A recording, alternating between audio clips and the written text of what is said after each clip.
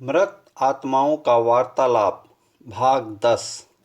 भाग 9 में कुछ ईश्वरीय नियमों के चलते पिता को देवताओं की श्रेणी में शामिल होते देख हर्षित पुत्र ने उन्हें प्रसन्न भाव से विदाई दी और खुद इंतजार में आंखें बिछा के बैठा उस छोटे भाई के लिए जिससे उसे कुछ अनुत्तरित सवालों के उत्तर प्राप्त करने थे। इस भाग में हम जानेंगे पशुता से मनुष्यता को प्राप्त उस इंसान का वृतांत। बादलों से निकली अणी शुद्ध बूंद पृथ्वी की ओर का अपना सफ़र शुरू करती है।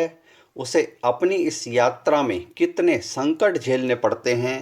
वातावरण में खुद को दूषित होने से बचाते हुए, हवाओं के थफेड़ों से दिशाहीन होने से खुद को संभालते हुए। बूंद की हैसियत ही क्या, परंतु बादलों से निकली करोड़ों में से चंद बूंदें ही ऐसी होती हैं जो अपनी यात्रा अपनी इच्छित मंजिल की ओर कर पाती हैं, और वो मंजिल होती है समुद्र सतह की ओर यात्रा।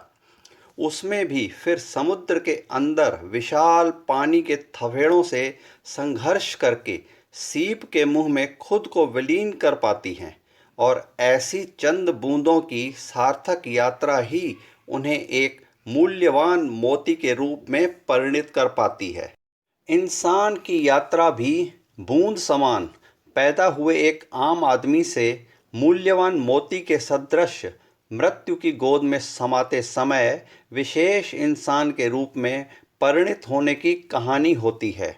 और इस कहानी के पात्र करोड़ों पैदा हुए आदमियों में से चंद ही होते हैं जो इंसान के रूप में अपनी जीवन यात्रा का सार्थक अंत कर पाते हैं, और वो ही अमरत्व को प्राप्त होते हैं। यात्रा के दौरान कमजोरियां और गलतियां उसे यात्रा से भटकाती हैं, दिशाहीन करती हैं। संघर्ष करना पड़ता है अपनी गलतियों और भूलों पर विजय प्राप्त करके, की गई भूलों पर पश्चाताप के आंसू बहा के, अपने अंदर का मैल धो के, निखर के पार होने की विजय यात्रा ही फिर इंसान को देवता श्री बना देती है।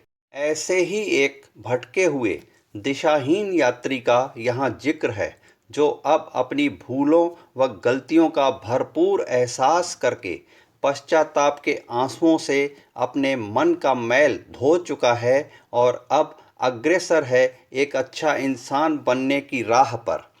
अहमदाबाद के सभी अपनों से मिले स्नेह और वहाँ की आवभगत से अभिभूत पशुता को प्राप्त हो चुका वो आदमी वहाँ से वापसी यात्रा में मनुष्यता को प्राप्त होकर संपूर्ण इंसान बन चुका था।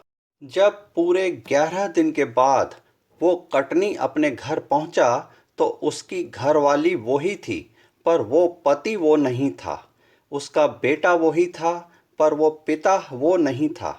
गुणकारी संस्कारी उसकी बहू वही थी, पर उसकी नज़र में उसका ससुर पिता अब एक पिता बन के लौटा था, ऐसा उसने महसूस किया।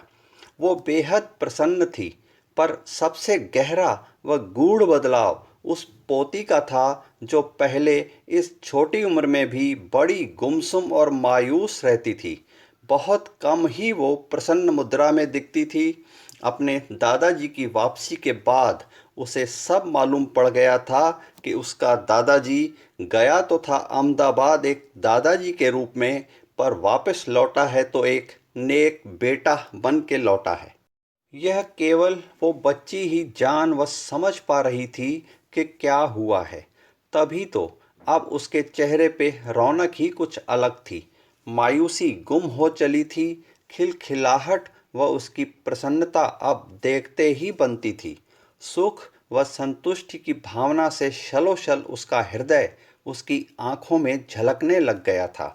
उसकी आंखों की वो बदली हुई वो चमक वो इंसान भी आश्चर्यचकित होकर देख पा रहा था, पर वो ये समझ नहीं पा रहा था और ना ही समझ सकता था कि आखिर ये किस बात का बदलाव है। पर उसकी जाग चुकी अंतरात्मा अपनी उस पोती के प्रति एक अपराध बोध का एहसास करा रही थी। अपनी उस आत्मग्लानि के बोझ से दबा अपनी पोती के प्रति अपने बर्ताव में ऐसा सुखाकारी बदलाव लाने पे मजबूर हो चला था कि जैसे वो उसकी पोती नहीं बल्कि पूर्व जन्म की माँ हो।